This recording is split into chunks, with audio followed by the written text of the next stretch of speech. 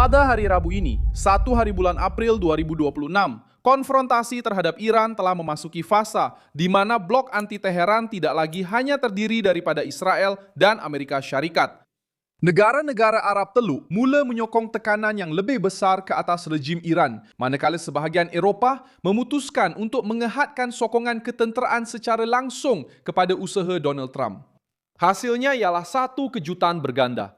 Di Timur Tengah, perpaduan menentang penawar revolusi Islam semakin meningkat, manakala di Eropah, penentangan untuk mengikuti Washington hingga ke penghujungnya juga semakin bertambah. Apa yang sedang berlaku secara praktikalnya ialah pemisahan blok-blok di dalam krisis itu sendiri. Di satu pihak, Arab Saudi, Emiria Arab Bersatu, Kuwait, dan Bahrain. Menurut Associated Press, mereka sedang mendesak Trump di belakang tabir untuk meneruskan serangan. Sehingga Iran menjadi jauh lebih lemah tanpa keupayaan untuk mengancam rantau itu seperti dahulu. Emiria telah melangkah lebih jauh dan telah menunjukkan kesediaan untuk menyertai satu pasukan antarabangsa yang bertujuan untuk membuka semula Selat Hormuz. Bahrain juga telah bergerak ke hadapan dalam bidang diplomatik dan membawa satu cadangan ke Majlis Keselamatan yang disokong oleh negara-negara Arab Teluk dan Amerika Syarikat untuk melindungi pelayaran komersial. Ini menunjukkan siapa yang sedang bergerak, di mana mereka bergerak, dan mengapa.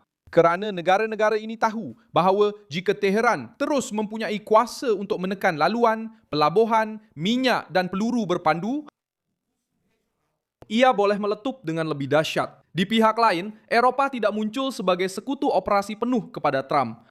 Reuters melaporkan bahawa Perancis menafikan kebenaran terbang kepada pesawat yang berkaitan dengan pengangkutan bahan ketenteraan ke Israel. Spanyol telah menutup ruang udaranya kepada penerbangan tentera Amerika. Itali juga telah mengehatkan penggunaan pangkalan Sigonella. Dan dalam peperangan sebesar ini, menyekat laluan, pangkalan atau logistik boleh mengubah keseimbangan di medan perang. Di sinilah lahirnya tafsiran politik yang paling keras pada saat ini untuk Washington dan sekutu-sekutu Trump. Sebahagian Eropah tidak perlu menyerahkan senjata kepada rejim Iran untuk akhirnya memberi kelebihan kepada Teheran. Secara praktikal, cukup dengan menyukarkan operasi Amerika Syarikat dan Israel, melambatkan logistik dan mengandalkan pembendungan. Sementara pengawal revolusi masih cuba bertahan. Reuters dan AP menunjukkan bahawa perpecahan ini telah menjadi salah satu titik utama krisis.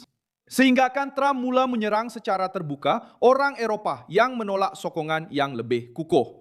Dan beliau juga menyindir bahawa negara-negara tersebut perlu menjaga keselamatan tenaga mereka sendiri. Ia adalah satu tuduhan yang berat, tetapi ia membantu menjelaskan mengapa ucapan Trump menjadi begitu agresif terhadap London, Paris, dan kerajaan-kerajaan Eropah yang lain.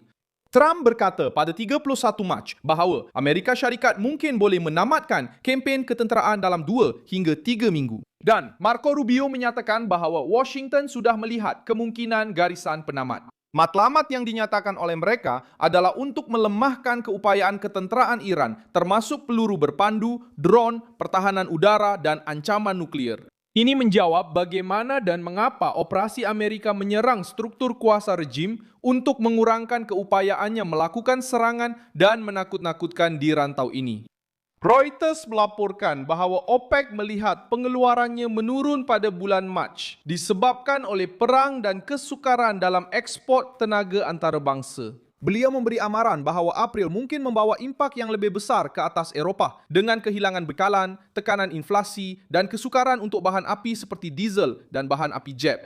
Itulah sebabnya dunia Arab Teluk telah menjadi lebih tegas. Ia bukan sahaja mengenai sokongan politik kepada Israel atau Trump, tetapi juga mengenai kelangsungan ekonomi, keselamatan rejim dan kawalan ke atas laluan tempat kekayaan rantau ini mengalir. Di tengah-tengah senario ini, United Kingdom cuba untuk memposisikan semula dirinya.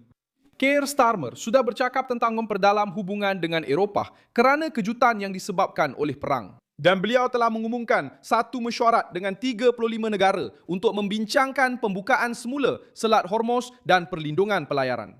Perancis dan Jepun juga telah mempertingkatkan koordinasi mengenai isu tersebut. Ini menunjukkan bahawa Eropah memahami besarnya masalah ini. Tetapi ia juga menunjukkan sesuatu yang lain. Sementara negara-negara Teluk meminta tekanan dan tindakan, ramai orang Eropah lebih suka memberi tumpuan kepada fasa pasca perang, pembendungan dan diplomasi. Bagi pihak Trump, ini kedengaran seperti keraguan pada saat pengawal revolusi masih belum benar-benar dikalahkan sepenuhnya. Akhirnya, perang terhadap Iran bukan lagi sekadar perang bom, peluru berpandu dan drone. Ia telah menjadi perang penentuan kedudukan. Di satu pihak, negara-negara Arab yang melihat Tehran sebagai ancaman langsung dan mula menerima Perancis. Apoiar ou até estimular mais pressão. Di pihak lain, Eropa yang cuba melindungi diri, mengelak daripada terlibat sepenuhnya dalam konflik dan mengehadkan kos politik dengan mengikuti Trump hingga ke penghujungnya. Pesanan utama daripada perubahan ini adalah keras. Blok yang menentang Iran semakin berkembang di Timur Tengah, tetapi blok Barat sedang berpecah dari dalam. Dan apabila sekutu bertelaga dengan sekutu di tengah-tengah peperangan, setiap pengunduran politik menjadi oksigen untuk rejim yang masih berkuasa.